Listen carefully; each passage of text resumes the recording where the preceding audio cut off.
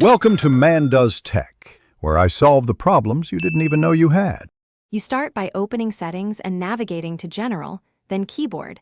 This puts all typing controls in one place. Once there, you'll see Autocorrection, Predictive, and Text Replacement. These are your primary tools. Tap Autocorrection to toggle it off if you want manual control. Leave Predictive on for suggestions that don't change typed words. Make sure iOS is current so options match these instructions, and proceed to adjust text replacement entries, next to customize specific corrections. Next, customize how the keyboard treats specific words. Open text replacement and add entries.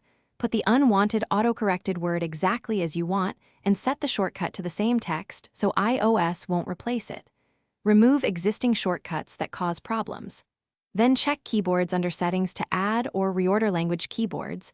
Autocorrect uses active languages, so make sure only relevant languages are enabled. Once done, test typing in Notes to confirm behavior. To finalize, decide whether to reset or fine-tune. If the keyboard keeps learning incorrect spellings, go to Settings General Reset Keyboard Dictionary to clear learned words. This removes personalization, but fixes persistent errors. Alternatively, turn autocorrection off temporarily while you retrain by using text replacement entries. Make sure to restart your iPhone after big changes to ensure settings apply. If problems persist, update iOS or check third-party keyboards.